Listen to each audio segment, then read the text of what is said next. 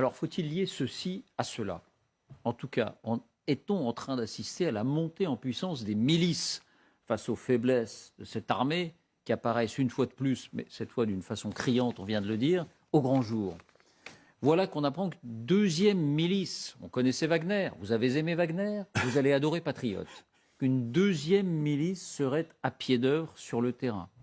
Et voilà aussi que Wagner publie des images stupéfiantes, vous allez les découvrir, du témoignage, entre guillemets, d'un ressortissant ivoirien qui aurait été recruté et envoyé à Bakhmout, là où les combats sont les plus terribles.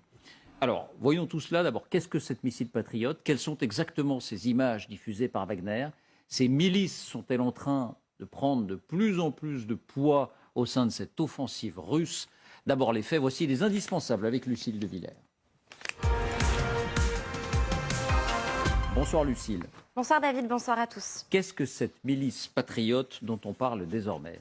Eh bien, c'est une autre milice, un peu à l'image de Wagner, composée de mercenaires. Elle est beaucoup moins connue et il est difficile de savoir combien ils sont. On sait en revanche que les membres sont pour la majorité des anciens des forces spéciales, des anciens de la direction de l'état-major des forces armées de la Russie. On sait aussi que cette milice est affiliée à Sergueï Shoïgou, vous le connaissez, cet homme, le ministre de la Défense, en poste depuis plus de 10 ans. Il serait payé au moins 10 fois plus qu'un soldat de l'armée régulière. On sait qu'ils ont été particulièrement actifs en Syrie en 2018. Eh bien, cette milice serait aussi à pied d'œuvre en Ukraine, comme Wagner.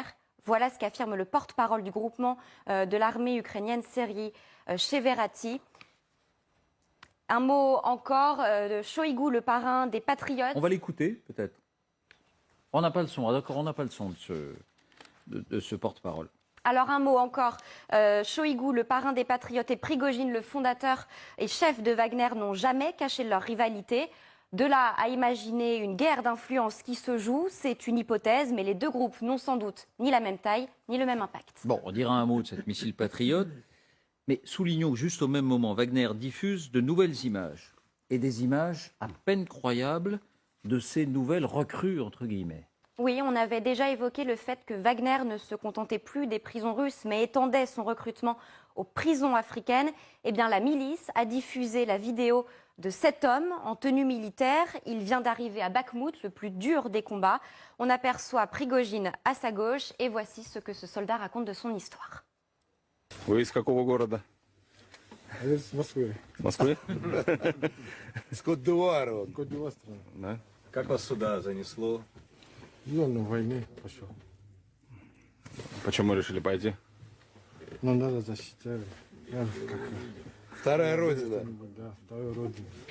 У вас гражданство есть в России или нет пока? Еще нет. Кот-д'Ивуар, да, есть? А вот надо гражданство таким защитникам нашей страны. Спасибо. Cet homme est-il lui-même prisonnier? Si oui, se trouvait-il en Russie ou en Afrique? Est-il là de son plein gré? Avait-il le choix? C'est impossible de le savoir. По контракту. За что сидели там? Не рассказывай, не рассказывай. Это не надо, у нас никто не spрашивает. Да. Интересно. За что? Как воевал, надо задавать вопросы. А за что сидел, это не вопрос. Prigojine qui se multiplie ces derniers jours comme pour affirmer son leadership. En quelques heures, on l'a vu ici sur la base d'entraînement des Wagner. On l'a vu aussi au milieu des blessés ici près d'Anapa au sud de la Russie et même au milieu des morts ou encore ici à l'intérieur d'une morgue et même au mémorial dédié aux soldats de Wagner. Voilà.